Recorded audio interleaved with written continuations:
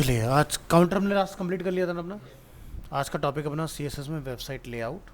तो जनरली एक जो सिंपल सा अपना लेआउट होता है उसमें क्या होता है, टॉप में हमारे हेडर होता है। बिलो दी हेडर हम लोग देखते हैं navigation bar. Left hand side में आपका कोई साइड बार होता है जिसमें कंटेंट भी हो सकता है, नेविगेशन भी हो सकते हैं। मिडिल में हमारे पास कंटेंट होता है और जो कि मेन कंटेंट होता है राइट हैंड साइड पे। अगेन आपका कोई कंटेंट हो सकता है, लाइक जैसे कि आपके फ़िल्टर्स हो सकते हैं। जैसे यहाँ पर मान लीजिए फ़िल्टर्स हैं, यहाँ पर हम लोग कह सकते हैं कैटेगरी है। और यहाँ पर नीचे क्या होता है अपना फुटर। ठीक है। So there are tons of different layout design to choose from. However, the structure above is one of the most common structure, and we will take a closer look at it in this example. आप जैसे यहाँ देखोगे हमने जो ऊपर का बना रखा है, हमने एक हेडर डिफाइन किया अपना क्लास, और यहाँ पर बैकग्राउंड कलर, टेक्स्ट का अलाइनमेंट एंड पैडिंग डालने से क्या रहा है, ऊपर नीचे हमारा गैप मेंटेन हो रहा है। और हेडर क्लास हम लोग किसी डिव को असाइन करेंगे तो विड्थ ऑटोमेटिकली फुल विड्थ होगा उसका। तो जैसे अगर आप एग्जांपल देखेंगे तो हेडर फुल विड्थ में हमें दिखाई दे रहा है। इसी तरह से हमने टॉप नैव जिसमें ओवरफ्लो हेड इन करके हमने डाला हुआ है, बैकग्राउंड कलर हमने डिफाइन किया हुआ है। टॉप नैव के अंदर जो लिंक हम लोग डिफाइन करेंगे उसके लिए हमने प्रॉपर्टी यहाँ पर सेट की। माउस ओवर करेंगे तो उसकी प्रॉपर्टी यहाँ पर अवेलेबल है। तो हेडर के बाद हमने कुछ इस तरह का अपना नैव बार इसमें बनाया हुआ है। इसके बाद हमें यहाँ पर 3 कॉलम्स बनाने हैं जैसे, ठीक है। तो जैसे कि content the layout in this section often depends on a target user. The most common layout is one or combining them of the following. So जैसे single column design, 2 column for tablet and 3 column for desktop. तो mobile में चलता है single, tablet में 2 columns होते हैं और mobile में डेस्कटॉप पे 3। एक रिस्पॉन्सिव लोग यहाँ पर एग्जांपल देखेंगे कि भाई कॉलम जो है फ्लॉट लेफ्ट रहेगा, विड्थ जो है इसकी 33.33% रहेगी, तभी 3 कॉलम बनेंगे, ठीक है। और अगर मोबाइल मोड में आएगा तो क्या हो जाएगा, कॉलम 100% हो जाएगा। तो जैसे एग्जांपल आप यहाँ देखेंगे 3 कॉलम बेस हमारा डिज़ाइन है। मोबाइल में आते तो क्या होता है, 3 कॉलम हो जाते हैं हमारे, है ना। और टैबलेट का अगर हमने डाला होगा तो टैबलेट पे भी चेक कर लेते हैं, टैबलेट का हमने डाला नहीं है कोड। मीडिया क्वेरी अगर आप रन करेंगे तो आपको यहाँ पर अपनी मीडिया क्वेरी दिखाई देगी कि विड्थ हमने क्या डाल रखी है, 600 पिक्सल्स, ठीक है, जिससे आपका मोबाइल बेसिकली इसमें टारगेट हो रहा है।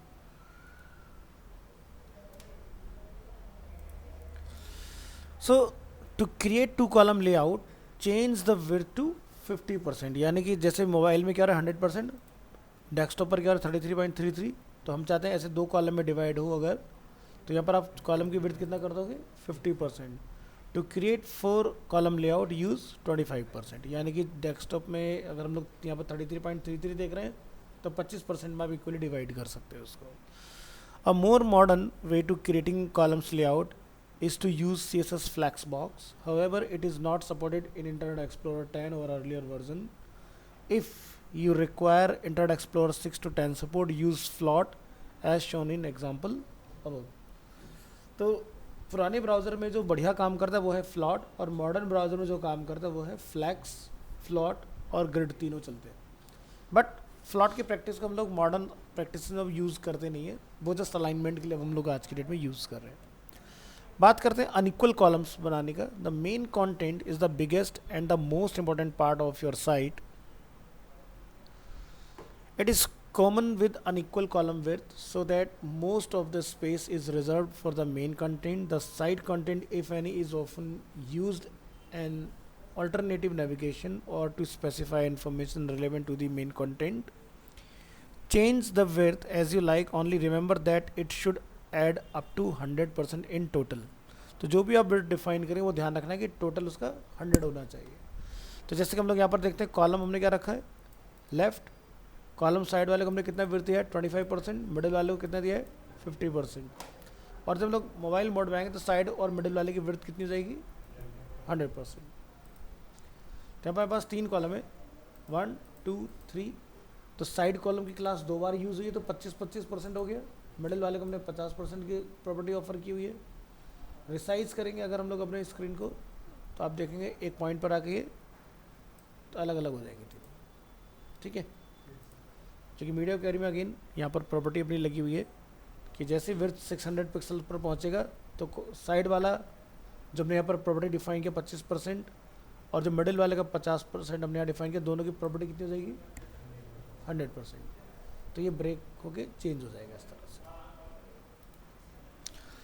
ऐसे हमने यहाँ पर फुटर बनाया हुआ, the footer is place at the bottom of your page, it often contain information like copyright and contact information.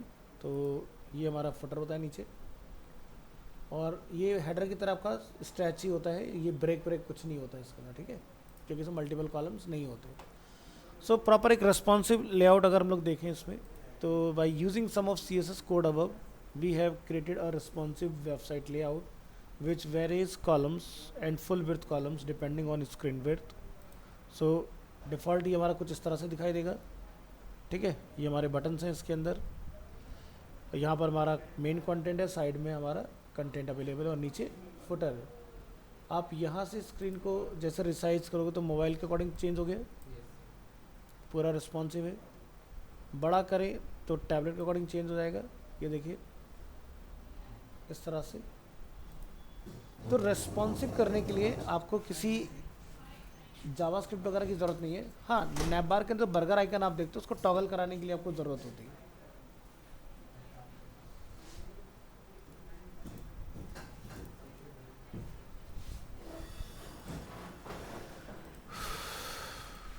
Next topic हम लोग देखेंगे CSS में यूनिट्स। यूनिट्स क्या होते हैं, जो हम लोग मेजरमेंट के लिए यूज़ करते हैं, जैसे पिक्सल, पॉइंट, पाई का, इंचेस, सेंटीमीटर, मिलीमीटर, है ना। So CSS has several different units for expressing a length. Many CSS properties take length properties such as width, margin, padding, font size, etcetera. Length is the number followed by a length unit such as 10 pixel या 2 EM। So set different length values using pixels. तो हम लोग यहाँ देखते हैं 60 pixel, 25 pixel, 50 pixel, इस तरह से हम लोग डिफाइन करते हैं जगह जगह, और इसका आउटपुट कुछ हमें इस तरह से देखने के लिए मिलता है इसमें। तो जब तक आप लोगों का बूटस्ट्रैप स्टार्ट नहीं होगा तब तक आपका चलेगा पिक्सल्स, लेकिन जब बूटस्ट्रैप आप करते हो तो उसमें चलता है EM, और EM भी नहीं चलता है, EM से भी लेटेस्ट चलता है REM। REM होता है रिलेटिव लेंथ, यानी कि स्क्रीन के अकॉर्डिंग अपना आप ही अप स्केल डाउन स्केल हो जाता है पेरेंट के हिसाब से। तो मान लीजिए आपने किसी डिव के अंदर कोई डिव बना रखा है, तो अपने पेरेंट के हिसाब से वो रिलेटिव होके एडजस्टेबल होगा। So a white space can not appear between the number and the unit. मान लीजिए आपने लिखा 60 स्पेस पिक्सल, तो काम नहीं करेगा, आपको 60 पिक्सल विदाउट स्पेस लिखना पड़ेगा। आगे स्पेस होगा चलेगा, लेकिन इन दोनों के बीच में नहीं होना चाहिए। However if the value is 0 the unit can be omitted, ठीक है।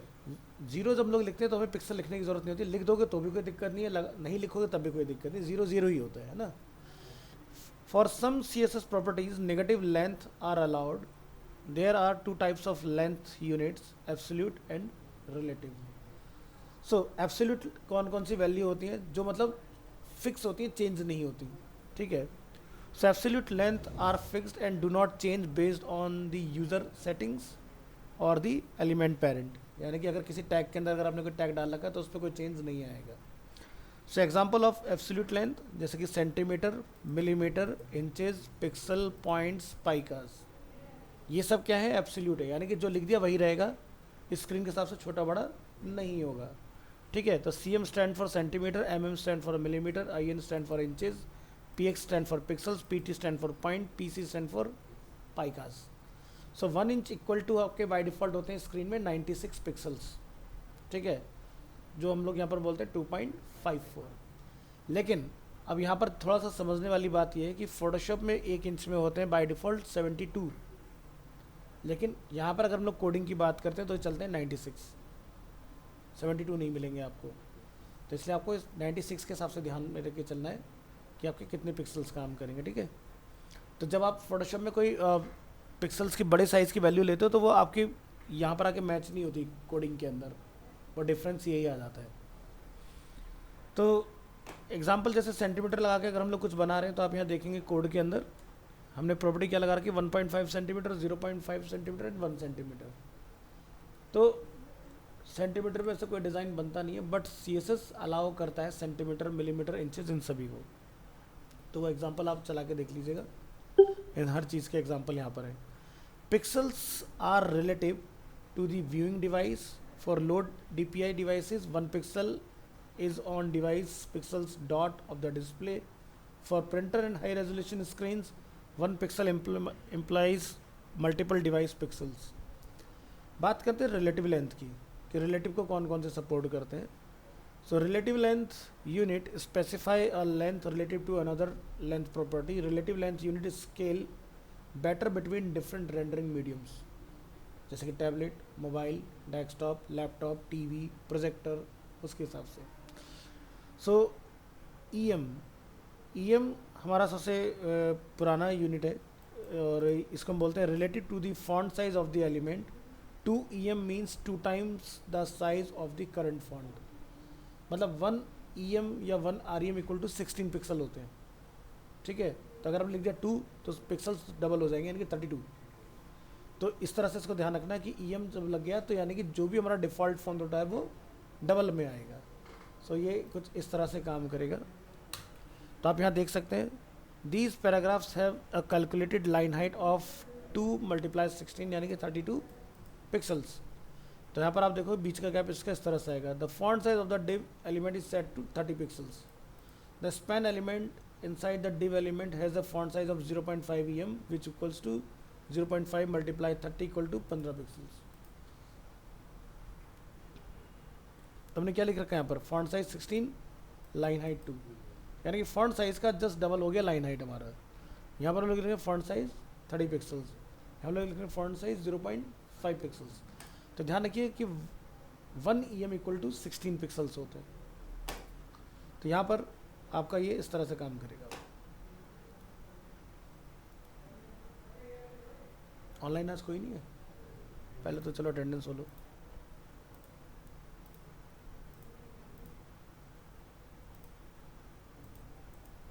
आकाश, बस एक नहीं है ना, किसका क्या नाम है, रश्मि? नहीं सर, रश्मि चारों ही है. चारों नहीं है.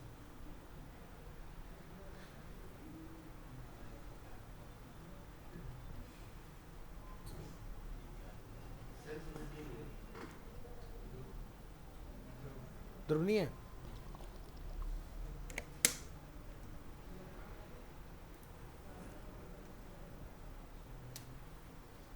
ये कहाँ प्रेजेंट हो गया.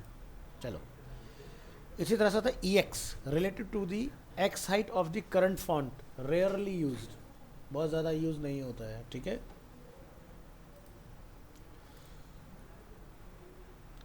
सो यहाँ पर आप देखोगे हमारा पेरेंट के पास फॉन्ट का साइज़ कितना है. हमने स्पैन में क्या जाके लिखा, फॉन्ट साइज 1 EX. ठीक है, तो इसके हिसाब से अपना वादा हो गया, पेरेंट के हिसाब से खुद अपना 50% हो जाएगा. X हाइट, जो भी पेरेंट की हाइट होगी अपना बढ़ाता रहेगा. नेक्स्ट आता है CH related to the width of the 0. ठीक है, CH मतलब करेक्टर. क्या लिखा है, the CH unit sets the font size related to the width of character 0. तो ये आपका CH यूनिट होता है. तो ये भी चलता है.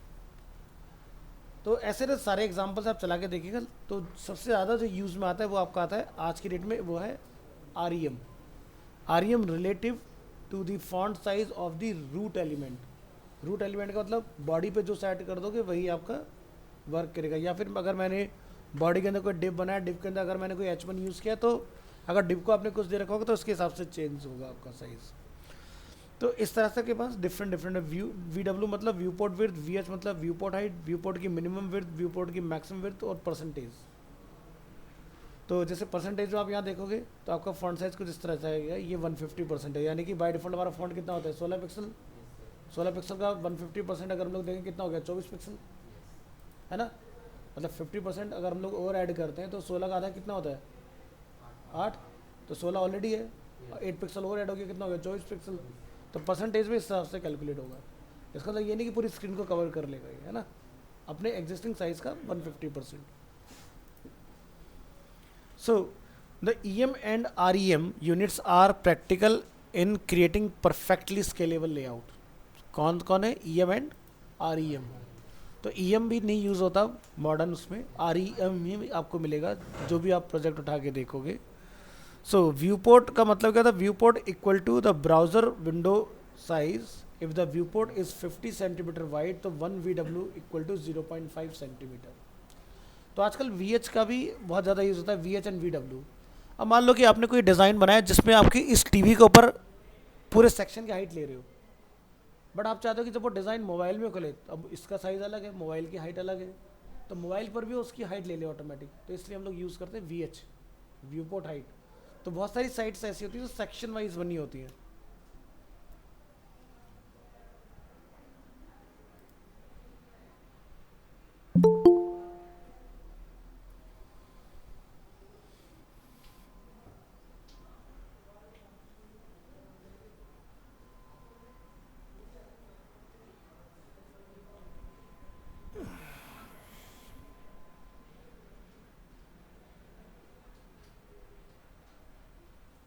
अब यहाँ देखें ना, सेक्शन वाइज दिखाई दे रहा है सब।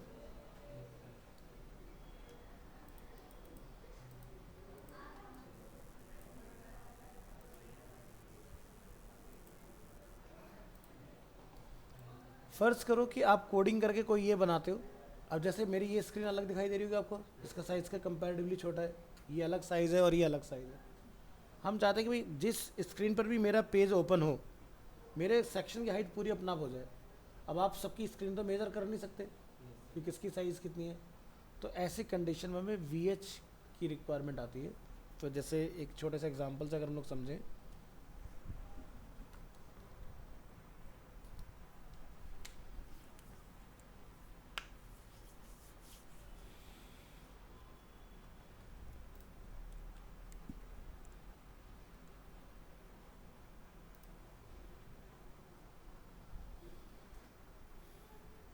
थ्री 32:5 टाइम है ना आपका।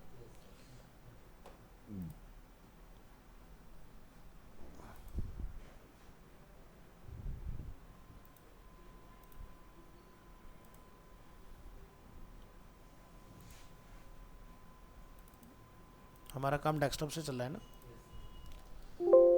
डेस्कटॉप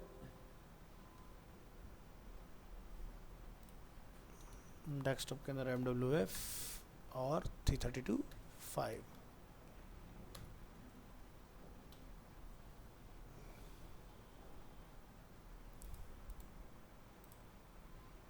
ऐसा क्या?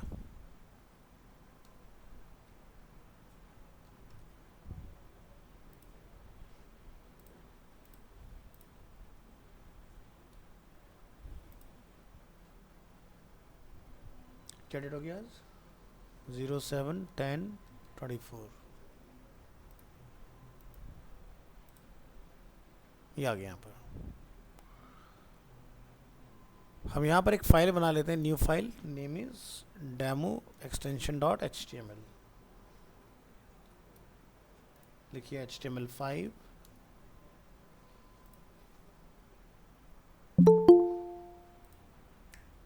और यहाँ पर आप एक डिव बना लें, डॉट कंटेनर फ्लूइड,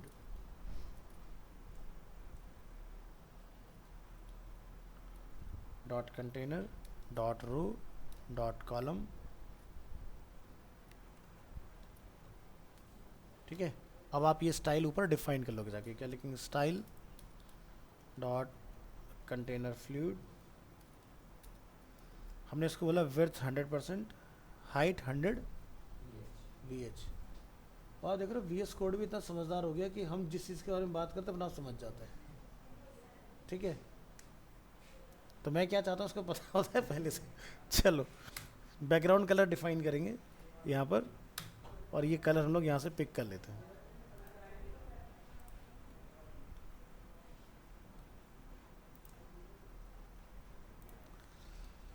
चलिए, एक और बनाएंगे कंटेनर के नाम से। इनर जो कंटेनर है, आप देख सकते हैं कि लिमिटेड एरिया में कंटेंट डिज़ाइन है, तो ये 1246 समथिंग इसकी विड्थ होगी। हाँ, इतना ही है। इसको रिप्लेस कर देंगे 1246 px। और यहाँ पर हमें बैकग्राउंड कलर की नीड नहीं है, तो इसको हम लोग हटा देंगे। फिर इसमें हम लोग एक रो बना लेंगे, रो को आप रख देंगे यहाँ पर 100%।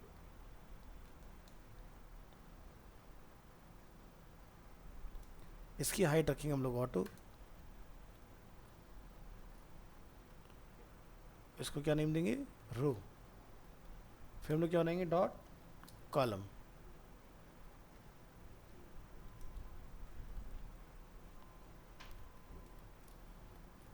कॉलम विड्थ कितनी रख देंगे यहाँ पर, 50%। ठीक है, हाइट अगेन ऑटो, सब सेट कर दिया हमने। Right click, open with live server.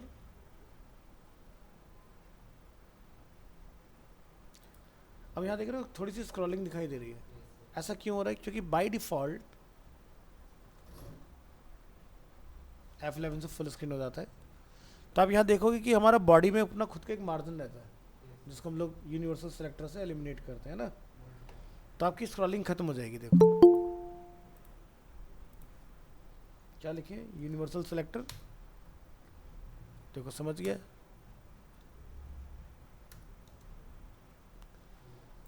तो ये पार्ट खत्म।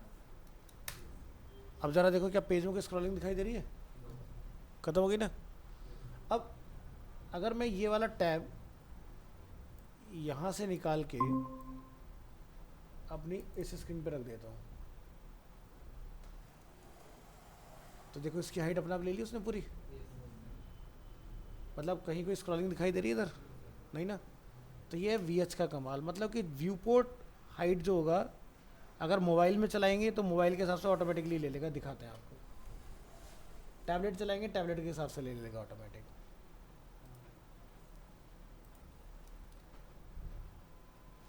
तो मोड हम लोग यहीं पर चेंज कर लेंगे सिमुलेटर से। देखो मोबाइल के हिसाब से हाइट सेट हो गया, टैबलेट लोगे टैबलेट के हिसाब से चेंज हो जाएगा। तो ऐसे यूनिट लगाने की ज़रूरत है हमें आज के टाइम, क्योंकि मुझे नहीं पता एंड यूज़र की स्क्रीन का साइज़ क्या है, तो ये ऑटोमेटिक चलता है। तो VH VW दोनों आते हैं, W stand for width, H stand for height.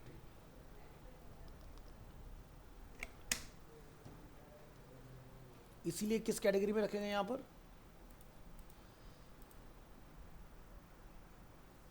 Relative.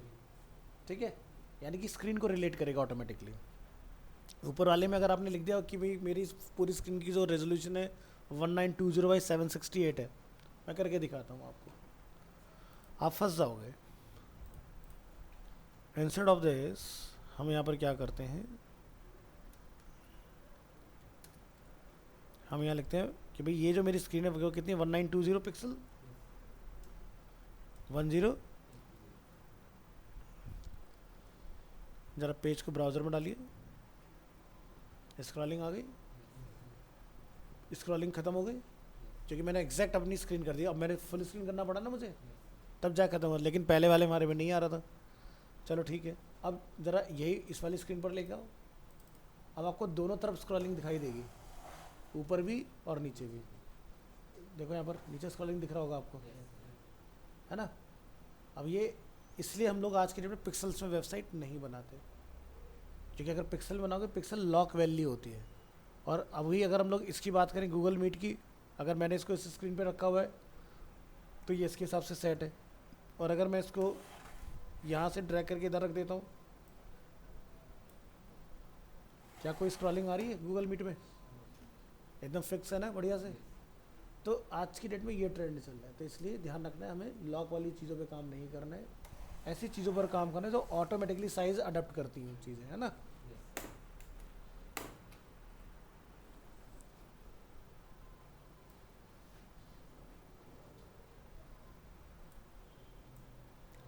तो क्लियर रहेगा अच्छे से।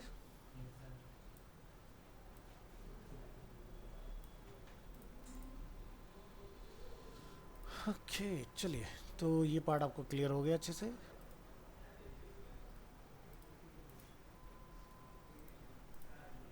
तो ये हम लोगों ने समझ लिया। तो ब्राउज़र सपोर्ट की बात करते हैं कि भाई कौन कौन से ब्राउज़र कौन कौन से यूनिट को अलाउ करते हैं। The numbers in the table specify the first browser version that fully supports the length unit. तो ये जितने भी हम लोग यहाँ देख रहे हैं ये वाले, ये मिक्स है, EM EX percentage pixel centimetre millimetre inches points pica, ये अपने इनिशियल फेज से काम कर रहे हैं। जैसे क्रोम का अगर आप देखो तो 1, फायरफॉक्स का आप देखो 1, सफारी का आप देखो वर्जन 1। तो सबसे पुराने ब्राउज़र कौन से निकले यहाँ पर, ठीक है, ये 3। लेकिन ऐसा तो है नहीं, एज लेकिन क्या हो बाद में इंट्रोड्यूस हुआ था, पहले तो इंटरनेट एक्सप्लोरर के नाम से था ना। तो ये एज के वर्जन 3 पर जाके एक्टिवेट हुआ और ये वर्जन 3.5। तो आज की डेट में जितने भी यूनिट हम लोग देख रहे हैं यहाँ पर, ये सभी यूनिट सभी ब्राउज़र सपोर्ट करते हैं, कोई दिक्कत नहीं है, बिंदास किसी को भी लगा के काम कर सकते हो। बट सबसे बढ़िया यूनिट जो मैंने भी आपको सिखाया वो वाला है ना। तो परसेंटेज का सबसे ज़्यादा इस्तेमाल होगा, इसका भी यूज़ होगा, लेकिन बहुत ज़्यादा इसका भी यूज़ नहीं करेंगे हम, क्योंकि अगर आप इसको लगा दोगे तो हर जगह ये पूरी स्क्रीन को कवर करेगा। और जैसे ज़रूरत तो ऐसा तो होगा नहीं कि हर जगह बर्गर टेम्पलेट ही बनाओगे। भाई सीधी सी बात है कि अगर मेरा इमेज इतना है, जब मैटर नीचे जाएगा तो मेरा स्क्रीन से बड़ा होगा मोबाइल में, तो मुझे तो लेंथ VH से ज़्यादा चाहिए होगी ना। तो आपको कंडीशनल करना पड़ेगा कि डेस्कटॉप पर टैबलेट पर VH में काम करे, मोबाइल पर आके ये हाइट इसकी बढ़ जाए, यानी कि ऑटो डाल देंगे हाइट वहाँ पर। तो ये हुए इसके वर्जन्स। अब देखेंगे इनके कन्वर्जन्स की बात करते हैं। तो इससे पहले स्पेसिफिसिटी समझो कि स्पेसिफिसिटी क्या होती है और कैसे काम करती है। If there are 2 or more CSS rule that point to the same element, ठीक है, the selector with the highest specificity value will win and its style declaration will be apply to that HTML element. For example आपने paragraph लिख के यहाँ पर code किया, red colour आएगा।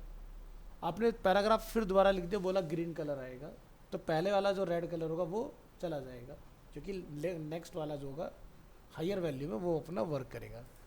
जैसा आप यहाँ एग्जांपल देख सकते हो, हमने रेड कलर लिखा, रेड कलर नीचे कॉल हो रहा है।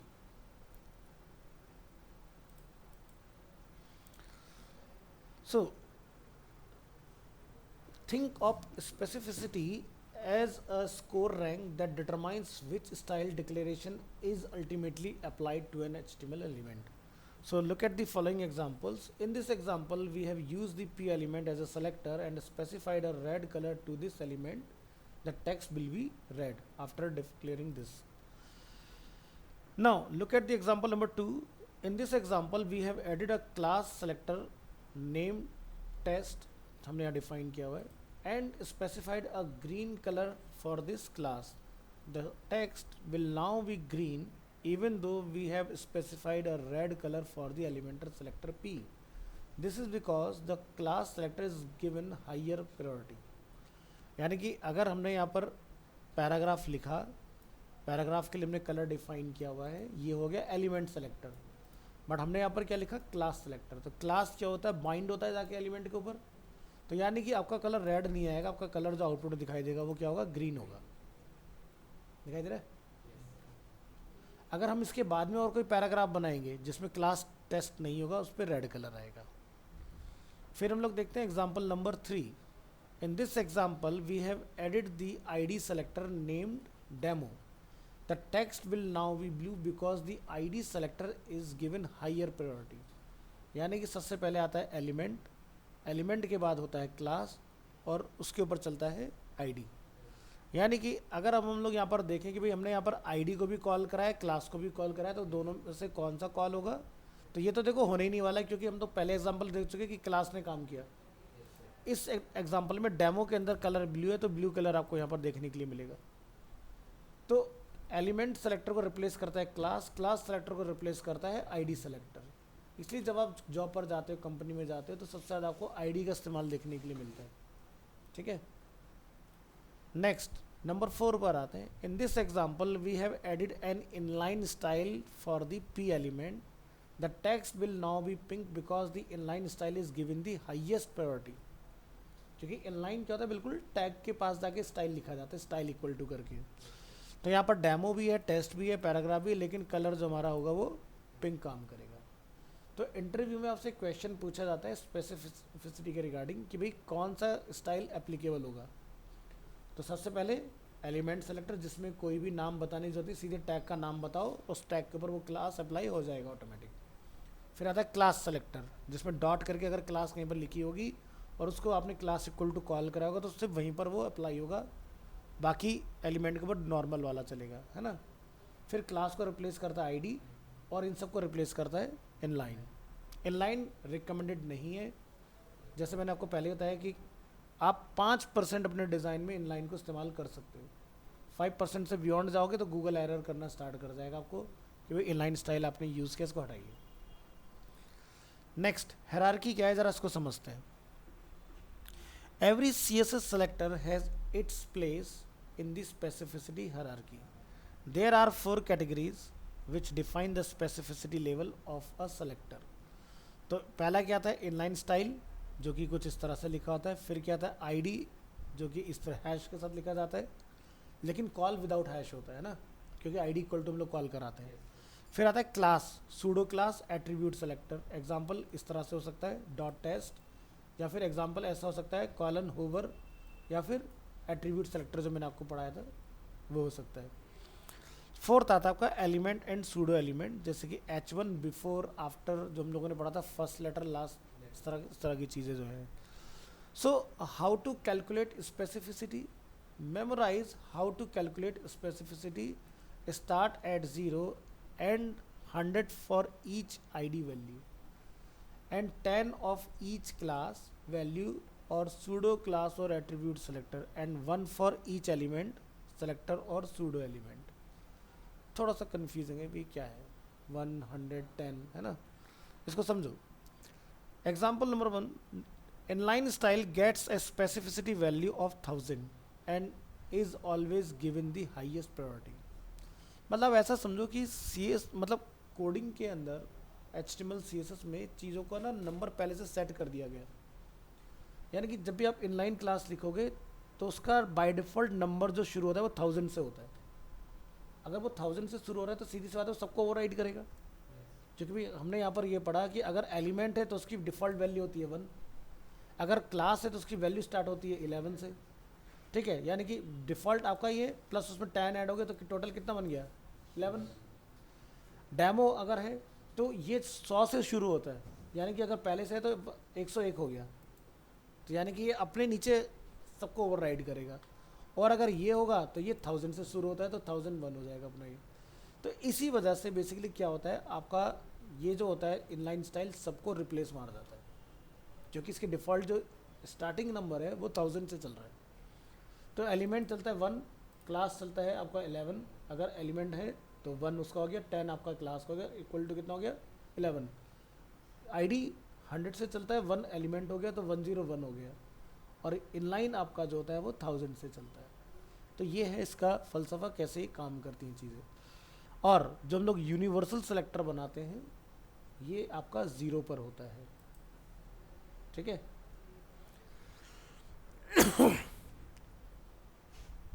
तो यहाँ पे कुछ सिनेरियो बने हुए हैं। जैसे मान लीजिए कि यहाँ तक हम लोगों ने समझा, हमने यहाँ पर देखा पैराग्राफ तो ये हो गया 1, अगर हमने लिखा p.test तो ये हो गया 11, यानी कि एलिमेंट प्लस 10 तो कितना बना 11।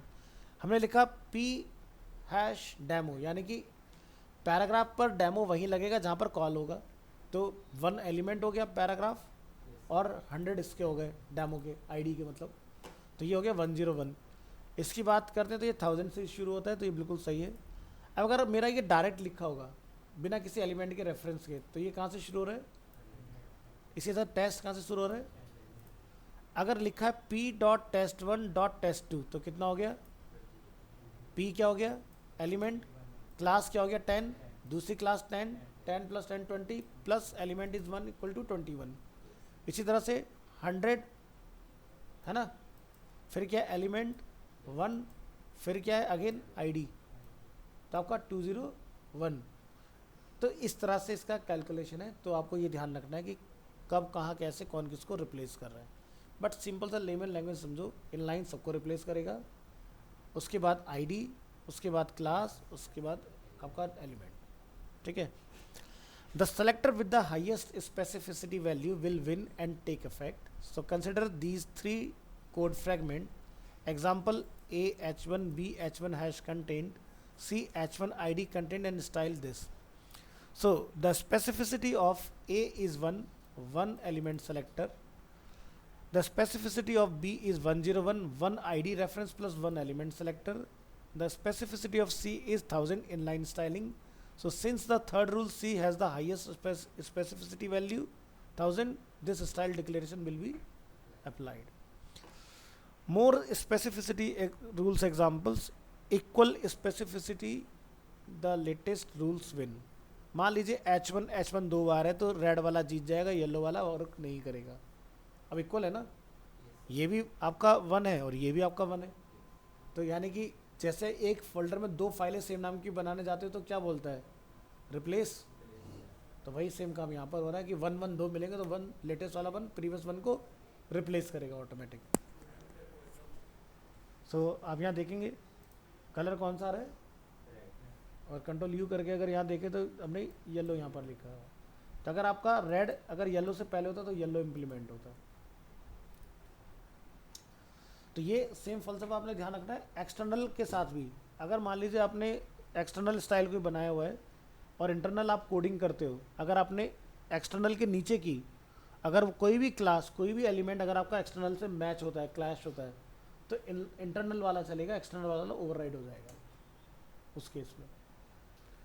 नेक्स्ट देखिए, ID selector have a higher specificity than attribute selector.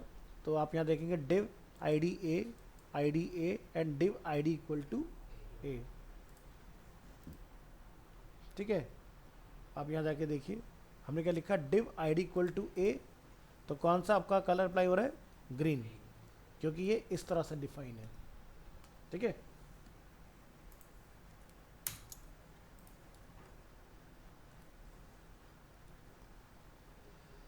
so the first rule is more specific than the other two and will therefore be applied. तो ये हमारा काम नहीं करा, ये वाला हमारा काम नहीं किया, सीधे ये वाला हमारा काम किया. क्यों, क्योंकि हमने इसको बोला डायरेक्ट एलिमेंट और ए. ठीक है, जबकि कायदे में देखा जाए तो ये नीचे वाला भी सेम ही चीज़ है, बट नीचे वाला क्यों नहीं चला, क्योंकि हम लिख रहे हैं डिव टैग के अंदर जहाँ एट्रीब्यूट और आपका एट्रीब्यूट वैल्यू ये हो तब काम करे. यानी कि कोड को ज़्यादा सोचना पड़ रहा है. उसने डायरेक्ट देखा डिव एलिमेंट, अच्छा आईडी ए, सीधे apply. Contextual selector are more specific than a single element selector. The embedded style sheet is closer to the element to be style. So in the following situation, मान लीजिए कि ये मेरा external style है content h1 और इन HTML file में हम लोग इसको लाके यहाँ पर कुछ कॉल कराते हैं इस तरह से. तो अब आप यहाँ देखेंगे यहाँ पर कलर क्या है, येलो. कौन सा कलर आ रहा है, क्यों हुआ है सर, क्योंकि एक्सटर्नल जो स्टाइल है ऊपर माई स्टाइल डॉट सी वो पेज के बाहर है. सारी देखेंगे प्रॉपर्टी सेम है ना, बैकग्राउंड जो कलर हमारा रेड, कंटेंट h1 आईडी के फॉर्म में, बट हमने उसी चीज़ को दोबारा यहाँ पर डिफाइन किया लेकिन एक्सटर्नल के नीचे. तो मैंने बोला था ना कि अगर एक्सटर्नल का कोई भी आईडी एलिमेंट क्लास अगर इंटरनल में होगा और आपने कोई नई प्रॉपर्टी दी होगी तो वो रिप्लेस हो जाएगी, क्योंकि अगेन अब यहाँ पर ये हाईएस्ट स्पेसिफिसिटी के अंदर काम करेगा, क्योंकि वो बाहर है तो उसका इन्फ्लुएंस अंदर कम होगा. तो यहाँ पर इंटरनल आपका जीत जाएगा उस केस में. अगर यहाँ पर इनलाइन होगा तो इंटरनल को ये इनलाइन रिप्लेस करेगा अगर यहाँ पर कोई इनलाइन कोड लिखा होगा. Next, a class selector beats any number of element selector. A class selector such as dot intro beats h1 paragraph div etc. सभी पर काम करेगा. तो हमारी इंट्रो क्लास है, इसका नेम क्या हमने प्रॉपर्टी दिया है, बैकग्राउंड कलर येलो. ओपन करिए एग्जांपल को और ज़रा कोड में आके देखिए हमने क्या क्या लिखा है. h1 class intro, h1 tag हमने डायरेक्ट लिखा लेकिन एक हमने क्लास को यहाँ पर लिखा हुआ है. तो h1 पर काम कौन करेगा, इंट्रो, क्योंकि h1 के साथ में क्लास बाइंड हो रखी है, क्योंकि क्लास 100 होता है ना, या 10 होता है, आईडी होता है 100. कंफ्यूज हो गए तेरे में.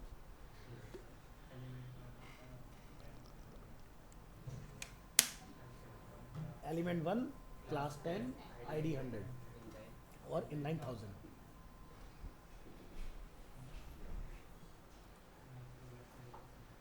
So the universal selector star and inherited values have a specificity of 0. The universal selector star and inherited values are ignored. तो ये रहा आपका कि भाई कौन सा किसको रिप्लेस कर सकता है. अब आपको मेरे ख्याल से अच्छे से समझ में आ गया होगा और क्यों करता है ये भी समझ में आ गया होगा, है ना. आगे बढ़ते हैं, नंबर 43. और फ्रेशर से सबसे ज़्यादा इंटरव्यू में पूछे जाने वाला क्वेश्चन है, इसमें फंसाते हैं लगभग। फिर देखते हैं बंदे को कितनी क्लास के बारे में नॉलेज। फिर आता है आपका CSS में इम्पोर्टेंट कीवर्ड, ये कैसे काम करता है। और ये जब आप बूटस्ट्रैप पढ़ोगे तो पूरा बूटस्ट्रैप इसके साथ ही लिखा गया है, इम्पोर्टेंट के साथ। एग्जाम्पल ऐसा समझो, जैसे अभी क्या था, एक्सटर्नल जो मेरी फाइल थी, इंटरनल में जब हमने सेम चीज़ लिखी तो उसने उसको रिप्लेस कर दिया था। अगर मैंने एक्सटर्नल में लिख दिया होता इम्पोर्टेंट, तो इंटरनल उसको बदल नहीं सकता। तो चलिए देखते हैं ज़रा, what is important. The important rule in CSS is use to add more importance to a property or value then normal. In fact, if you use the important rule, it will override all previous styling rules for that specific property on that element. So let us look at an example. जैसे कि हम लोग यहाँ देख रहे हैं my ID, background colour क्या है, ब्लू। हमने यहाँ पर लिखा my class और हमने यहाँ पर बैकग्राउंड कलर क्या डिफाइन किया, ग्रे। लेकिन पैराग्राफ पर इस बार हमने जिसकी वैल्यू होती है 1, उसको हमने बोला क्या, तो वो 10 और 100 दोनों को रिप्लेस करेगा। कैसे, चला के देखो, कलर रेड ही आना चाहिए। क्यों? क्योंकि हमने क्या लिख रखा है, इम्पोर्टेंट। तो अगर आपको घुमाया जाए तो आप ये कह सकते हो कि भाई 1 वाला भी बाकियों को बीट कर सकता है। किस केस में? अगर इम्पोर्टेंट मेंशन कर देंगे साथ में, तब। समझो ज़रा, in the example above, all 3 paragraphs will get a red background color even though the ID selector and the class selector have a higher specificity. The important rule override the background color property in both cases. ठीक है, अगर important लगा होगा तो वो किसी को भी replace कर सकता है। Important about important, ठीक है, the only way to override an important rules is to include another important. यानी कि important को replace important ही कर सकता है। मान लो कि आपने बाहर एक H1 बनाया और उसको आपने कलर लिखा ग्रीन और अंदर आपने लाके लिख दिया कलर पिंक, तो ग्रीन वाले को पिंक वाला रिप्लेस कर देगा। लेकिन बाहर ग्रीन को आपने लिख दिया इंपॉर्टेंट, तो अंदर अगर आपका पिंक होगा तो वो रिप्लेस नहीं कर पाएगा। लेकिन पिंक को मैंने इंपॉर्टेंट अगर कर दिया तो बाहर वाला रिप्लेस हो जाएगा। यानी कि इंपॉर्टेंट को बीट करने की पावर इंपॉर्टेंट ही रखता है। तो यहाँ पर आप देखोगे क्या लिखा है, माई ID, background colour blue important, my class grey important, paragraph में रेड इंपॉर्टेंट। जरा चला के देखो, सबको हमने इंपॉर्टेंट बोला तो सबने अपने अपने कॉल करा लिए। नहीं तो क्या चलता है, एक इंपॉर्टेंट को कौन सा वाला चलता है, एलिमेंट वाला। बट अब रेड नहीं चल रहा ना, रेड भी चल रहा है, ब्लू भी चल रहा है, ग्रे भी चल रहा है। देखो यहाँ पर, और ज़रा कोड में आके देखो, इधर हमारे पास पैराग्राफ है, क्लास क्या है, माई ID, हमने माई ID कॉल की हुई है और तीनों के अंदर अपने अपने कलर कॉल हो गए। इस बार एलिमेंट सेलेक्टर जो है रिप्लेस नहीं कर पाया, सिर्फ उसी को उसने रिप्लेस किया जिसके ऊपर कोई क्लास या ID बाइंड नहीं थी। इसको उसने रेड दिया और लास्ट वाले को रेड दिया। ये देखो, ये अपना है। तो समझ आया, इम्पोर्टेंट को रिप्लेस कर सकता है। Next, it is good to know about the important rule. So maybe 1 or 2 fair uses of important. So one way to use important is if you have the override. If you have to override a style that cannot be overridden in any other way. This could be if you are working on a content management system and cannot edit the CSS code. Then you can set some custom style to override some of CMS styles. तो ये मैंने आज ही पढ़ाया topic, वैसे तो जो हमारी WordPress की क्लास हुई है, कि किस तरह से हम लोग पहले से लिखे हुए कंटेंट को रिप्लेस कर सकते हैं with the help of important. तो अभी हमारी रिकॉर्डिंग चल रही है डी ड्राइव।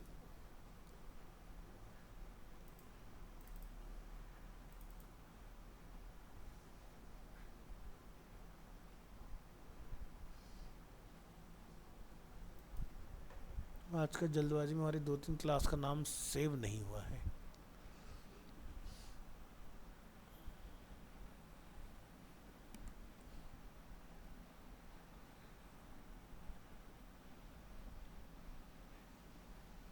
ये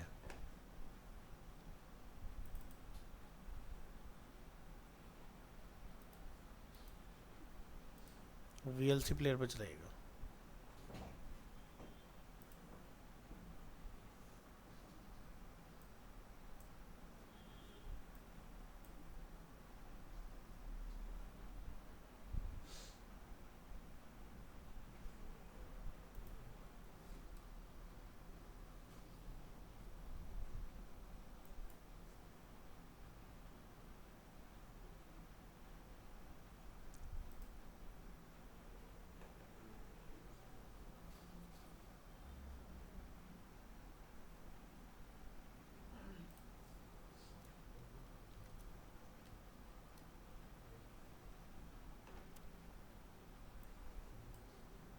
वर्डप्रेस,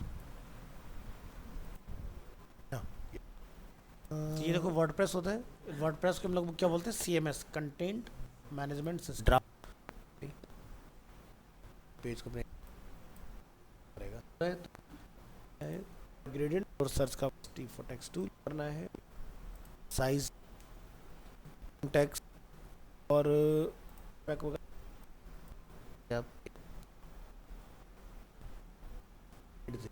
यहाँ लिखिए, देखो यहाँ मैं शायद कुछ कोड करूँगा, display flex line item centre, ये वर्टिकल कलर तो हमारा इस मैटर मोड कंटेंट, हाँ हमारा जो बेस में वो ले लो, तो यहाँ से देखेंगे चेंज करना आप इस एरिया होगी।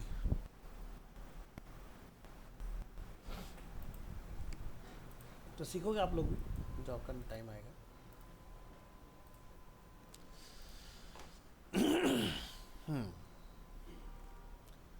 तो सबसे ज़्यादा यूज़ कहाँ पर आने वाला है, CMS वगैरह के अंदर, कि भाई पहले से कोई स्टाइल लाइब्रेरी लिखा हुआ है और आप उसको अपने स्टाइल में चेंज करना चाहते हो, तब आपको इसको लगाना पड़ेगा। Another way to use important is assume you want a special look for all buttons on a page. Here buttons are styled with a grey background color, white text and some padding and border. अब मान लो कि आपके पास 10 button tag आपने अलग अलग जगह पर लगाए, ठीक है, और सभी के अंदर कोई क्लास लगी हुई है और आपको वन गो में सबको चेंज करना है, लेकिन सबके अंदर कलर ऑलरेडी आपने अलग अलग लगाए हुए हैं। तो आप बटन एलिमेंट सेलेक्टर को टारगेट करके उस पर इंपॉर्टेंट लिख दो, तो 10 के 10 बटन जो अलग अलग कलर में 10 डिफरेंट, वो एक ही कलर में आ जाएंगे इंपॉर्टेंट लिखने से। तो ये नहीं कि आप 10 जगह जाओगे बार बार अपडेट करके आओगे, उससे आप बच जाओगे, ठीक है। तो इनके प्रैक्टिकल एग्जांपल आप देखेंगे आगे चल के। तो जैसे हम लोग यहाँ देख लेते हैं, हमारे पास आइटम 1 और आइटम 2, इन दोनों के अंदर आप यहाँ देखेंगे तो हमने एक जगह पर लिखा, काम हो रहा है। अब यही चीज़ हम लोग यहाँ पर इस तरीके से अगर देखते हैं, कंट्रोल U प्रेस करते हैं, तो क्या है यहाँ पर हमारे पास AHREF यहाँ भी अवेलेबल है और यहाँ भी अवेलेबल है। हमने सीधे बोला इसको कि बाई डिव के अंदर जो A टैग है उसके बैकग्राउंड कलर को चेंज कर दो। देखो A टैग का कलर चेंज हो गया। हमने बोला बटन टैग का बैकग्राउंड कलर चेंज कर दो, ठीक है। बटन क्लास जहाँ पर लगाई हुई है, तो बटन क्लास के अंदर आपका चेंजेस आ गया। अब यहाँ देखेंगे, to force all buttons to have the same look no matter what, we can add the important rules to the properties of the buttons like this. हमने क्या बोला, बटन जो है वो कुछ इस तरह से चेंज कर दो।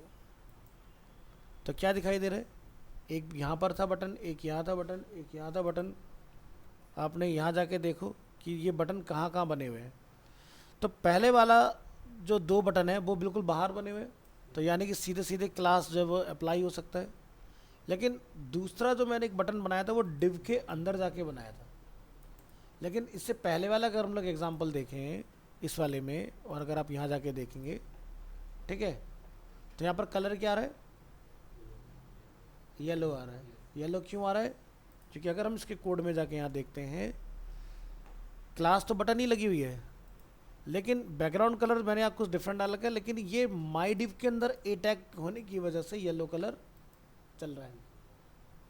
यानी कि क्लास अब जो है वो दूर हो गई ना, क्लास इसके बाहर है, लेकिन हमने A टैग को क्लास जबकि सेम दिया हुआ है।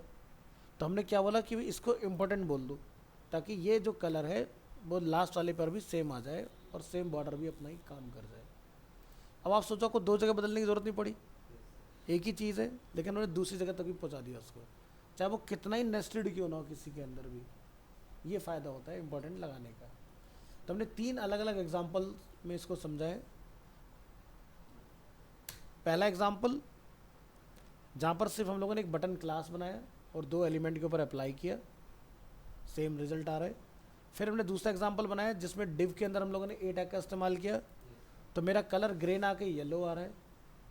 तीसरे एग्जांपल में मैंने जहाँ पर क्लास है बटन, मैंने उसके अंदर फोर्सफुली अपना ग्रे कलर ही सेट कर दिया instead of yellow with the help of important. तो ये होता है फ़ायदा इम्पोर्टेंट का यूज़ करने का। तो इम्पोर्टेंट को अगर सही तरीके से इस्तेमाल करना सीख जाओ तो आपका काम काफ़ी आसान हो जाएगा। आगे आइए। इसके बाद आपका टॉपिक आएगा मैथ फंक्शन सीएसएस के अंदर। The CSS math function allow mathematical expression to be used as property value. Here we will explain the calculation and max and minimum functions. तो ये तीन functions आपके CSS 3 में ऐड हुए हैं।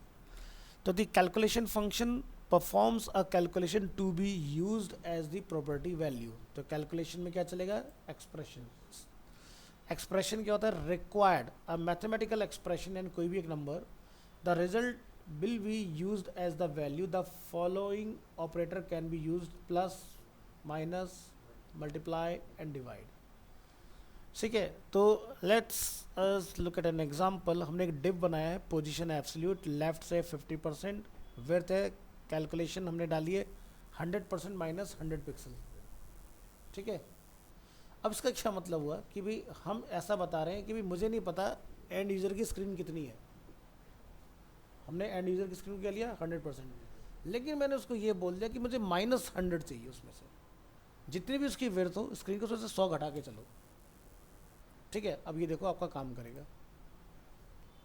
तो हमने क्या बोला यहाँ पर 100 पिक्सल घटाने के लिए बोला है, तो 50 इधर से 50 उधर से अपना काम कर रहा है इसके अंदर। तो प्रॉपर्टी क्या है? विड्थ, 100% विड्थ में से -100 पिक्सल्स। ठीक है, और यहाँ पर हमने पैडिंग डाल रखा है ताकि थोड़ा सा ये एक्सपेंड होके आए। ठीक है, और हमने क्या डाल रखा है? लेफ्ट से 50 पिक्सल का गैप। तो इस तरह से आपका ये वाला प्रॉपर्टी वर्क कर रहा है इसके अंदर। तो अब आपको ये ध्यान रखने की ज़रूरत भी कितना रखना है। अब देखो आपको अगर यहाँ लिखते हो 90% तो काम तो आपका हो जाएगा, लेकिन स्क्रीन जितनी बड़ी होगी गैप उतना बढ़ता चला जाएगा, और स्क्रीन जितनी छोटी होगी गैप उतना कम होता चला जाएगा। लेकिन मुझे कोई भी स्क्रीन हो, चाहे 4K हो, 2K हो, फुल HD हो, नॉन HD हो, सब में मुझे 100 का ही गैप चाहिए। तो पिक्सल तो फिक्स हो गया ना, परसेंटेज तो स्क्रीन के हिसाब से बड़ा छोटा हो सकता है ना, पिक्सल तो चेंज नहीं होगा, पिक्सल उतना ही रहेगा। तो ये होता है कैलकुलेशन फंक्शन। तो इसमें आप समझो दो वैल्यू हम लोग चला सकते हैं। The max function, the max function uses the largest value from a comma separated list of value as the property value. So max में value 1 और value 2 दो चीज़ें चलेंगी।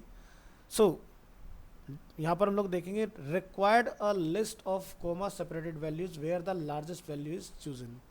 तो यहाँ पर हम लोग क्या लिख रहे हैं? हमने लिखा div जो है उसका बैकग्राउंड कलर येलो है, हाइट 100 है, विड्थ जो है वो मैक्सिमम 50% और मिनिमम 300 पिक्सल रहनी चाहिए। ठीक है, तो चलो बड़ा स्क्रीन होगा तो 50%, और जब बहुत छोटी स्क्रीन हो जाएगी तो 300 पिक्सल, है ना। ये अब देख रहे हो 50-50 नहीं है पूरा, जब हमने 300 पिक्सल रखा है ना, और पूरी स्क्रीन पर अगर आप देखो तो 50-50 पूरा आएगा। तो ये भी आपका एक कैलकुलेशन हो गया मैक्स के साथ। इसी तरह से आपका आता है मिनिमम, सेम मैक्स की तरह ही काम करता है। हमने क्या बोला? 50% और 300%। तो मतलब क्या हुआ? Use minimum to set the width of div 1 is whichever value is smallest 50% और 300 पिक्सल। अब जरा यहाँ चलाओ, तो मिनिमम में क्या होगा?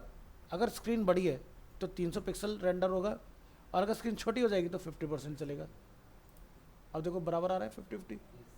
तो आप देखो आपको कहाँ पर चलाना है, बड़े पर 50-50 करना है या स्मॉलेस्ट पे 50-50 करना है। इस तरीके से आपके अलग अलग लॉजिक इसमें काम कर जाते हैं।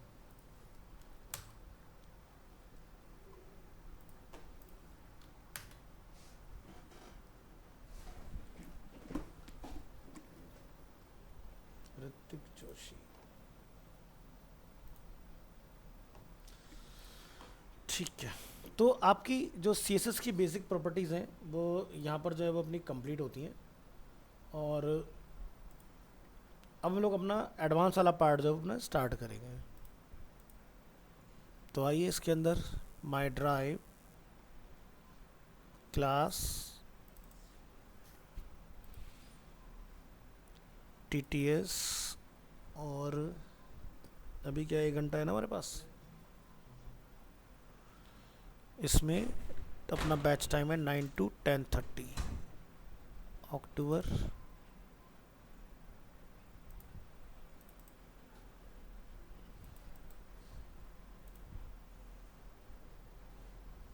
डाउनलोड कर लेते हैं।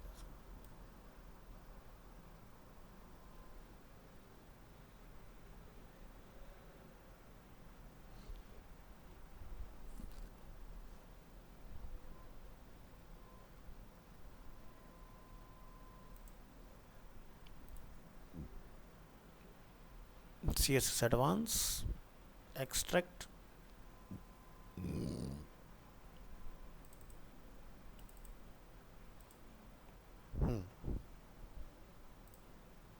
फोल्डर कॉपी करेंगे,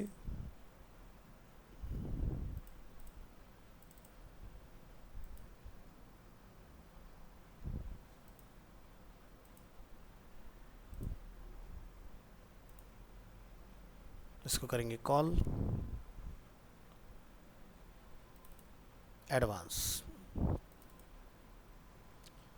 तो एडवांस में सबसे पहले हम लोग देखेंगे बॉर्डर रेडियस, ऑलरेडी पढ़ चुके हो, ठीक है। बॉर्डर रेडियस के बारे में क्या होता है, the CSS border radius property defines the radius of an element corner. तो बॉर्डर रेडियस हम लोग कहीं पर भी अप्लाई कर सकते हैं, वो इमेज भी हो सकता है, वो डिप भी हो सकता है, यानी कि कंटेनर फॉर्म जहाँ पर होगी वहाँ पर ये चलेगा। This property allows you to add rounded corner to elements. तो एलिमेंट्स लिखा है ना, यानी कि मल्टीपल एलिमेंट्स पर ये अप्लीकेबल हो सकता है।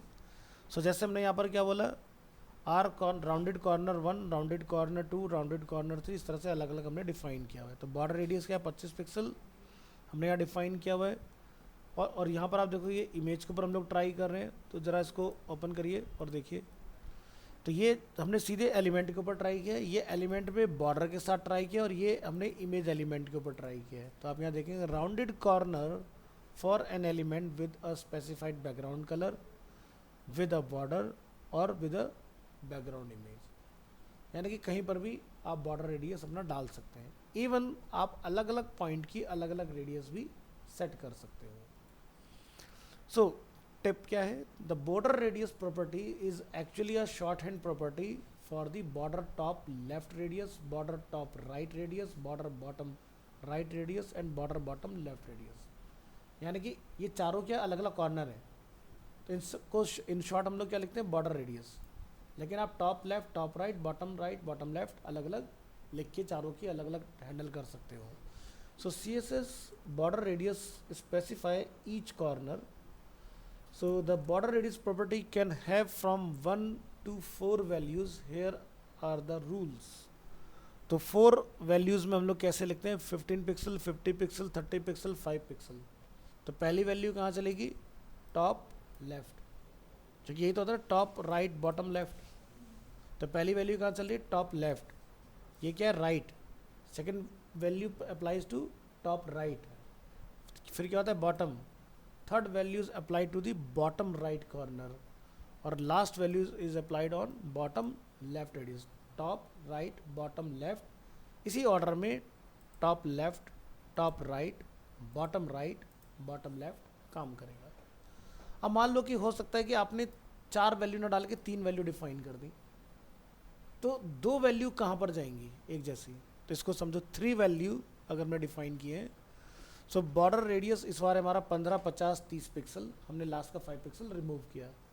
फर्स्ट वैल्यू टॉप लेफ्ट हो गया, सेकंड वैल्यू कहाँ हो गया, टॉप राइट हो गया, ठीक है। लेकिन थर्ड पेयर मिसिंग दिखाई दे रहा है, तो ये वैल्यू 2 जगह जाएगा, top right corner and bottom left corner, यानी कि यहाँ अप्लाई होगा और इधर अप्लाई होगा, ठीक है। और लास्ट का 30 बचा, हाँ जी आइए, तो ये आपका बॉटम राइट कॉर्नर पर अप्लाई होगा। इसी तरह से अगर आप 2 डालोगे तो 2 वैल्यू आपकी एक जैसी जगह पर अप्लाई होंगे। जैसे आप यहाँ देखेंगे फर्स्ट हो गया हमारा 15, तो टॉप लेफ्ट बॉटम राइट, और सेकंड वैल्यू आपकी टॉप राइट और बॉटम लेफ्ट पर अप्लाई होगी। और व्हेन वैल्यू तो मतलब चारों साइड से इक्वल करना है ही। तो यहाँ पर आप देख सकते हैं इनके एग्जाम्पल, ठीक है, 15 पिक्सल, 50 पिक्सल, 30 पिक्सल और 5 पिक्सल, बहुत कम है। दूसरे वाले में हमने तीन ही वैल्यू डाली, 15, 50, 30, तो 50, 50 टॉप राइट बॉटम लेफ्ट, और बाकी 15 पिक्सल आपकी लेफ्ट टॉप और 30 पिक्सल आपकी राइट बॉटम में अप्लाई होगी। इसी तरह से हमने यहाँ पर देखा बॉर्डर रेडियस सिर्फ दो वैल्यू हमारे पास, 15 पिक्सल तो टॉप लेफ्ट बॉटम राइट, और 50 पिक्सल राइट टॉप और बॉटम लेफ्ट में वर्क कर रही है आपकी, और फोर्थ वैल्यू हमारी 15 है, तो चारों तरफ से इक्वल वैल्यू में बॉर्डर रेडियस में मिल जाएगी। Next, you could also create elliptical corner, ठीक है। तो जैसे मैंने आपको बताया था कि हम लोग डिवाइड वगैरह कर सकते हैं, तो आप यहाँ देखें 50 पिक्सल डिवाइड विद 15 पिक्सल। अब जो बॉर्डर आपका दिखाई देगा वो कुछ इस तरह का दिखाई देगा, ठीक है। तो कर्व प्रॉपर स्मूथ ना होके एलिप्टिकल फॉर्म में आपको दिखाई देगा इस तरह से। तो ये आपका elliptical border radius 50 divided with 15, 15 pixel divided with 50 pixels, और यहाँ से आपका ये 50%। तो 50% जब भी हम लोग किसी रेक्टेंगल पर वैल्यू डालते हैं तो हमारा सर्कल ना बन के क्या बनता है, ओवल, जिसको एलिप्टिकल हम लोग बोलते हैं। तो ये थे आपके बॉर्डर से related border radius.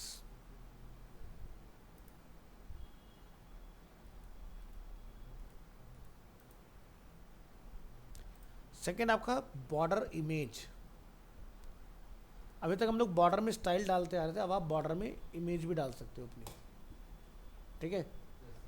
So with the CSS border image property you can set an image to be used as the border around an element. So the CSS border image property allows you to specify an image to be used instead of the normal border around an element. The property has three parts. First, the image to use as the border. Second, where to slice the image. Third, define whether the middle section should be repeated or stretched. So we will use the following image called border.png. ये हमने अपनी border बनाई हुई है, तो मैंने zoom किया तो ये इमेज पिक्सेलेट दिखाई दे रहा है आपको, बट अगर आप 100% में देखें तो एकदम स्मूथ दिखाई देगा आपको। So the border property takes the image and slice it into 9 sections, 1 2 3 4 5 6 7 8, और एक मिडिल वाला हमने खाली छोड़ा हुआ है 9, ठीक है।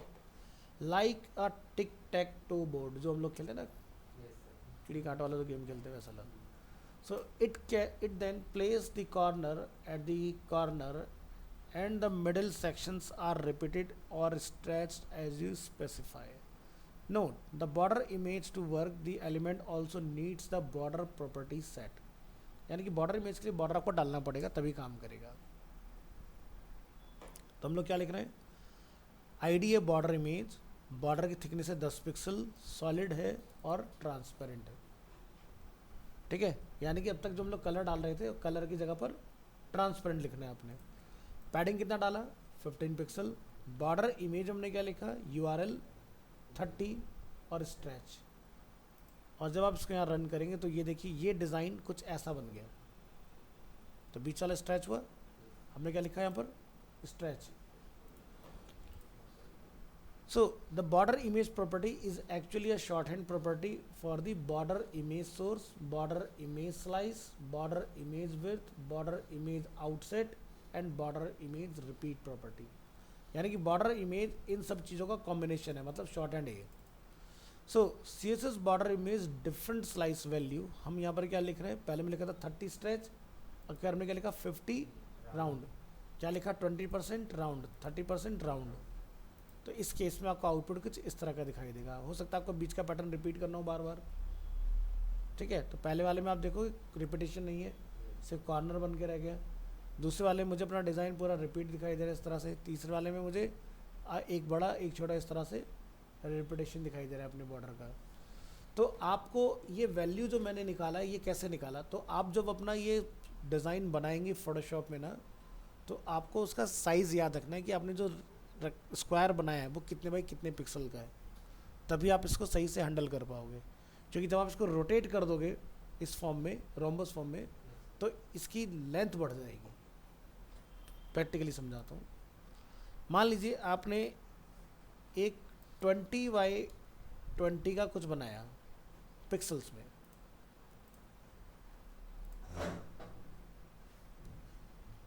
और इसको आप ऐसा समझो कि ये हमारा पेज है और इसके अंदर हम लोग यहाँ से मार्क्यू सिलेक्शन टूल ले लेते हैं। तो देखो 40x40 है,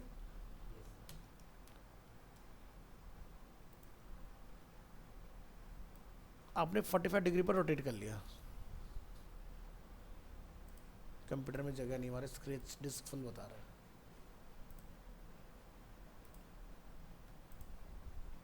अब ट्राई करके देखो, शायद जगह बन गई हो।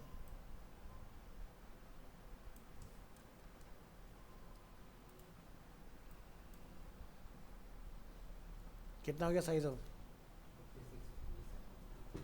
बनाया कितने का था? 40x40 का था ना? क्लियर हो गया? तो ये वैल्यू ध्यान रखना है। अगर ये वैल्यू ध्यान रहेगी तभी उधर काम कर पाओगे, नहीं तो ट्राई मारते रहोगे कि आउटपुट क्यों नहीं आ रहा। समझ गए ना? फिर आप इसके कलर जो भी सेट करना चाहोगे वो अपना डिफाइन कर लेना।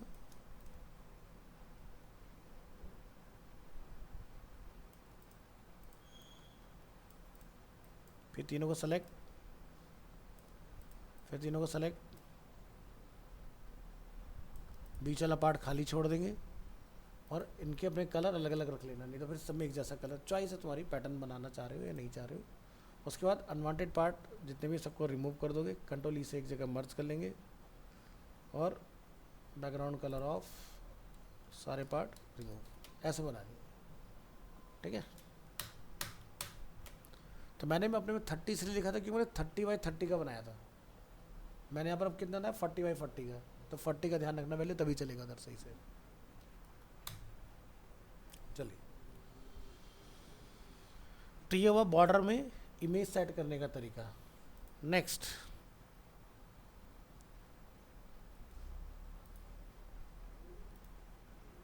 फिर आता है CSS में बैकग्राउंड इमेज। इस सेशन पे आप ये समझोगे कि हम लोग एक ही बैकग्राउंड में एक से ज़्यादा इमेज कैसे डालें। ठीक है?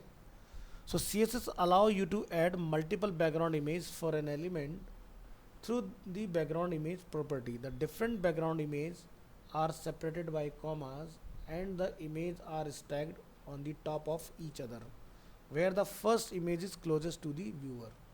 यानी कि अगर मैंने बैकग्राउंड में एक डिव के अंदर 3 इमेज डाली है, तो जो सबसे पहले होगी वो सबसे ऊपर होगी और जो सबसे बाद में होगी वो सबसे नीचे होगी। कहने का मतलब यहाँ पर 2 इमेज है, तो पेपर वाला नीचे होगा, पेपर के ऊपर फ्लावर आएगा। ठीक है? यानी कि जो पहले होगा वो क्लोजेस्ट होगा।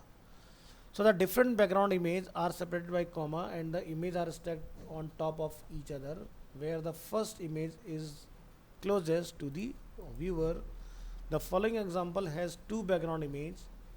The first image is a flower aligned to the bottom and right, and the second image is a paper background aligned to the top left corner. Open करेंगे इस तरह से। तो आप ये जो हमारी इमेज हमने रिपीट कर रखी है और इसको हमने रिपीट नहीं किया है, अगर थोड़ा ध्यान दोगे यहाँ पर तो आपको जॉइंट दिखाई देगा। ये कंट्रोल यू करिए, हमने क्या लिखा? फ्लावर की इमेज जो है वो इस तरह से रहेगी और ये पेपर की इमेज है। बैकग्राउंड पोजीशन में लिखा है बॉटम राइट टॉप लेफ्ट, यानी कि बॉटम राइट जो है वो इसको काम करेगा, टॉप लेफ्ट जो है वो पेपर के लिए काम करेगा। हमने फ्लावर की इमेज को बोला नो रिपीट, पेपर को बोला रिपीट, इसलिए क्या हो रहा है, टॉप लेफ्ट रखने के बाद भी मुझे पूरे में दिखाई दे रहा है। और पैडिंग कितना डाला? 150 पिक्सल। ठीक है? इसकी हेल्प से ये एग्जाम्पल आपका बन के तैयार हो रहा है ना? Next, multiple background image can be specified using either the individual background properties as above or the background shorthand property. Shorthand use करोगे तो काम थोड़ा आसान हो जाएगा। अब आप यहाँ देखोगे, मैंने इसको बोला फ्लावर जो है वो राइट में आएगा, बॉटम में रहेगा और रिपीट नहीं होगा। इसको हमने बोला टॉप में आएगा, लेफ्ट में आएगा और रिपीट होगा। सेम रिजल्ट आ रहा है? क्या कोई चेंज है? तो पहले मुझे 4 लाइनें लिखनी पड़ रही थी इसी सेम काम के लिए, अब एक ही लाइन में मेरा काम हो गया। नेक्स्ट क्या है, बैकग्राउंड में image size. The CSS background image size property allow you to specify the size of background images. The size can be specified in length, percentages or by using one of the two keywords contain or cover. The following example resizes a background image too much smaller than the original image using pixels. तो आप यहाँ देखेंगे background में हमने image क्या डाली है, flower, size क्या है 180 और background repeat is no repeat. तो आप यहाँ देख सकते हैं इन दोनों में डिफरेंस, ये है रिसाइज और ये है ओरिजिनल। रिसाइज करने से बैकग्राउंड के अंदर हम लोग इमेज को स्केल डाउन कर पा रहे हैं, इसमें हम लोग स्केल डाउन नहीं कर पा रहे, इमेज हमारी क्लिप हो गई इसके अंदर। Next, the two other possible values for background size are contain and cover.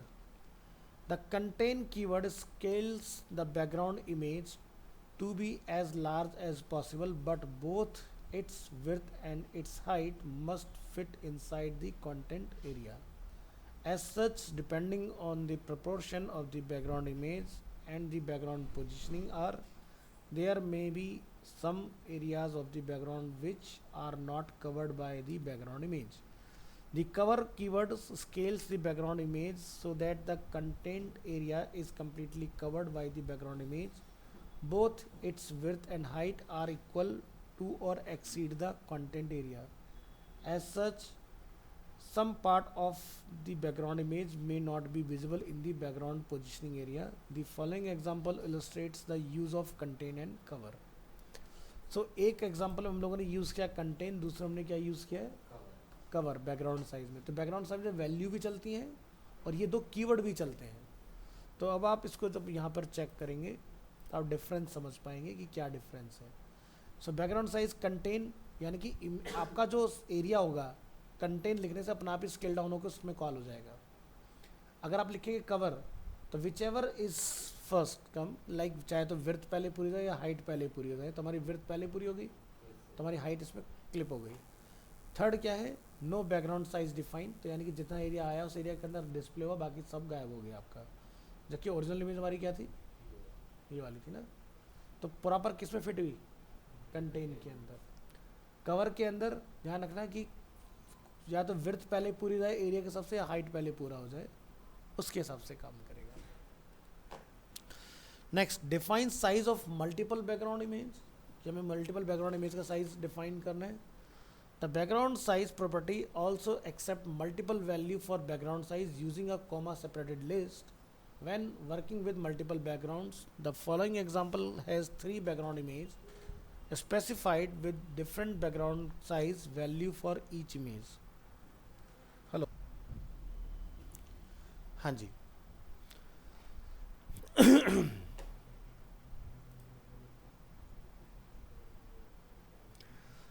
इस एग्जांपल हम लोग 3 डिफरेंट बैकग्राउंड इमेज के ऊपर काम कर रहे हैं।